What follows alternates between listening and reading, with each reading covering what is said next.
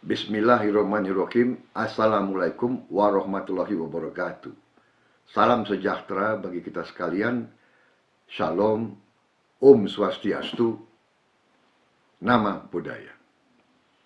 Saudara-saudara, saya katakan ada kalanya dalam hidup kita harus memilih. Pilihan yang sulit. Apakah kita membela kebenaran atau kita merestui ketidakbenaran? Apakah kita berdiri tegak untuk membela keutuhan bangsa, kemandirian bangsa, dan nilai-nilai yang kita junjung tinggi? Atau kita menyerah kepada uang? Kita menjual nilai-nilai kita. Kita menjual diri kita. Kita menjual kepribadian kita. Kita menjual harga diri kita. Saudara-saudara, pilihan-pilihan semacam ini sangat sulit. Pada tahun 45, pemimpin-pemimpin kita dihadapkan dengan pilihan semacam ini. Apakah menyatakan kemerdekaan atau menunggu kemerdekaan diberikan oleh penjajah? Pilihan yang sulit. Pilihan itu mengandung risiko. Mereka yang menghendaki menyatakan kemerdekaan agar kemerdekaan kita bukan hadiah dari penjajah, memang mempertaruhkan nyawanya dalam risiko. Dalam 10 November tahun 45, rakyat Surabaya dan pemimpin-pemimpin di Surabaya juga dihadapkan dengan pilihan yang susah, yang sulit. Menyerah kepada ultimatum Inggris untuk angkat tangan dan menyerahkan senjata paling lambat tanggal 9 November, atau menghadapi serbuan dan serangan negara adidaya pada saat itu, yaitu Inggris. Kita bayangkan bagaimana harga diri bangsa kita kalau waktu itu pemimpin-pemimpin Surabaya dan rakyat di Surabaya menyerah. Kalau Gubernur Suryo, Bung Tomo, dan semua pemimpin-pemimpin Jawa Timur dan Surabaya tunduk kepada ultimatum asing, bagaimana harga diri kita sekarang? Juga dalam krisis-krisis besar bangsa kita tahun 65, apakah memilih membela Pancasila atau menyerah kepada ideologi yang tidak sesuai dengan bangsa kita, yaitu komunisme? Saudara-saudara, demikian juga pada tahun 98, pada era reformasi, banyak pemimpin kita juga dihadapkan dengan pilihan yang susah. Membela sistem yang kurang demokratis atau berani membawa reformasi dan demokrasi. Reformasi dan demokrasi telah kita jalankan selama 16 tahun. Saudara-saudara sekalian, banyak lawan-lawan saya selalu hendak mendiskreditkan saya. Saya digambarkan sebagai seorang yang haus kekuasaan, yang nafsu untuk berkuasa. Dan saya digambarkan orang yang suka menggunakan kekerasan, yang kejam, dan sebagainya, dan sebagainya. Saudara-saudara, saya telah membuktikan setelah sekian belas tahun bahwa saya selalu mengutamakan jalan damai.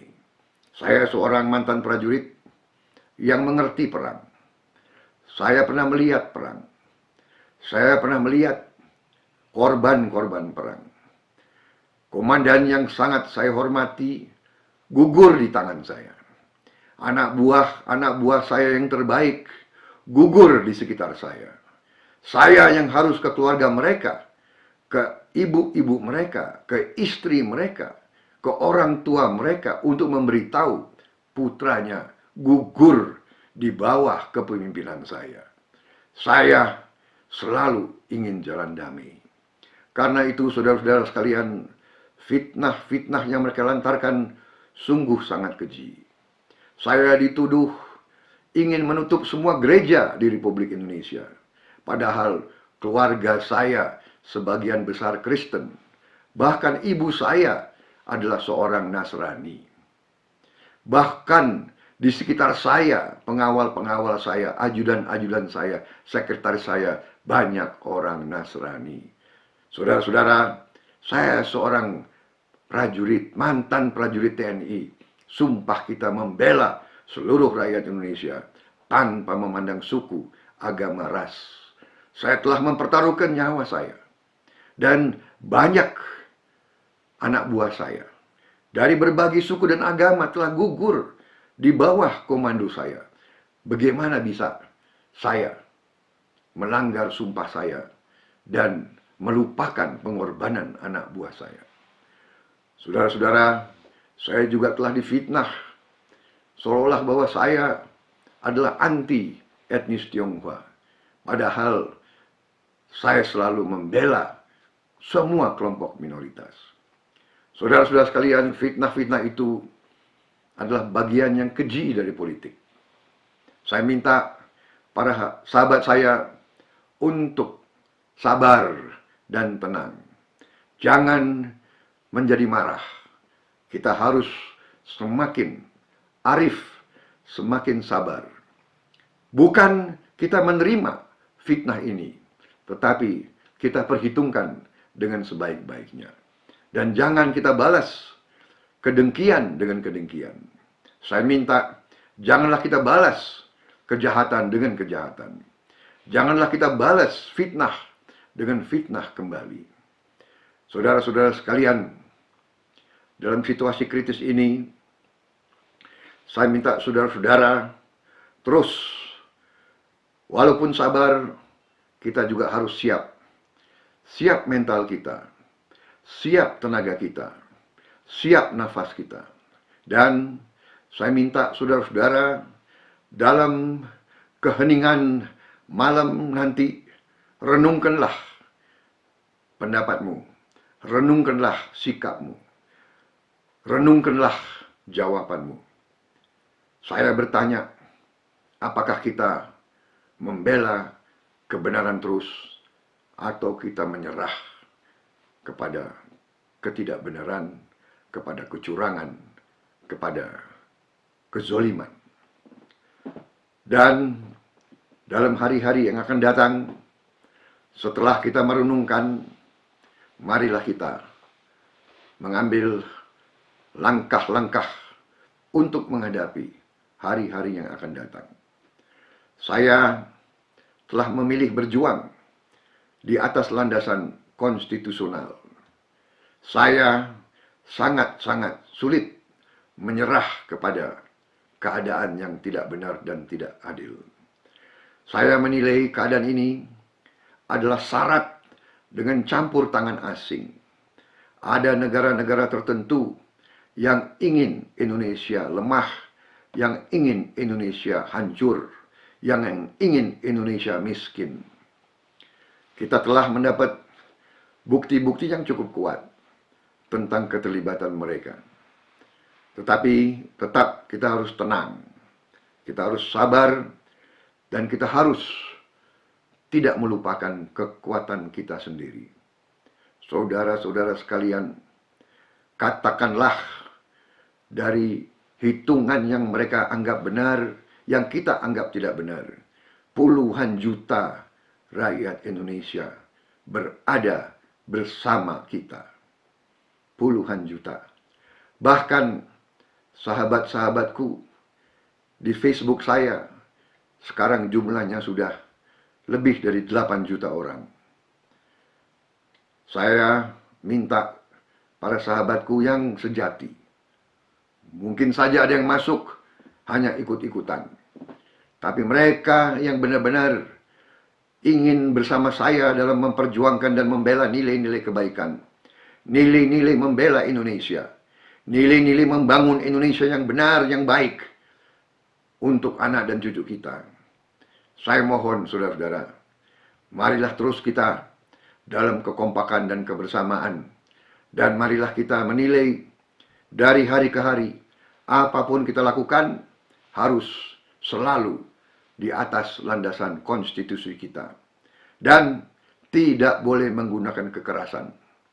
Kita akan melaksanakan perjuangan apapun di atas landasan satyagraha yang telah diberi contoh oleh seorang tokoh di India, Mahatma Gandhi, dan di Amerika, Martin Luther King, dan di Afrika Selatan, Nelson Mandela. Percayalah, kebenaran akan menang. Kebenaran tidak bisa dikalahkan. Yang penting kita harus berani, kita harus tegar, kita harus mau berkorban, saudara-saudara sekalian. Bung Karno dan Bung Hatta dan Bung Syahrir dan Pak Dirman dan Gubernur Suryo dan I Gusti Ngurah Rai dan semua pahlawan-pahlawan pendiri bangsa kita telah mengajarkan bahwa kalau kita tidak menyerah, kalau kita berani, kalau kita tegar, kebenaran akan unggul, kebenaran akan menang pada saatnya. Kita harus siap menghadapi kesulitan. Kita harus siap menghadapi penderitaan. Tapi pilihannya apa? Kita menyerah? Apakah kita seperti budak yang disuruh duduk-duduk, disuruh berdiri-berdiri, disuruh tunduk-tunduk, disuruh diam-diam, disuruh ambil air, atau kita bangsa yang terhormat, bangsa yang mengerti membela haknya, membela hak-hak rakyat. Saudara-saudara sekalian, kekuatan kita besar, kita kemarin dicurangi. Karena itu, marilah kita susun barisan kita kembali, susun kekuatan kita kembali, dari orang ke orang. Susunlah kekuatanmu, 5 orang demi 5 orang, nanti 10 orang demi 10 orang. Adakan diskusi, bahas di rumah masing-masing, atur pada saat nanti kita akan umumkan bagaimana perjuangan kita.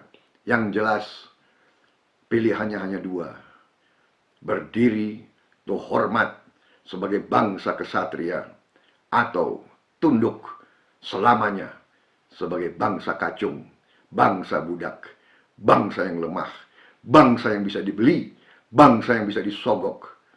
Pilihannya ada di hati kita masing-masing. Saya tidak tahu dari 8 juta sahabatku berapa yang terus bersama saya.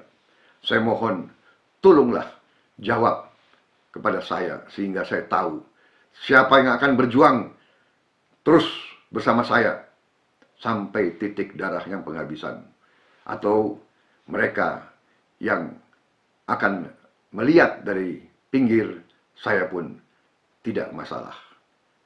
Terima kasih.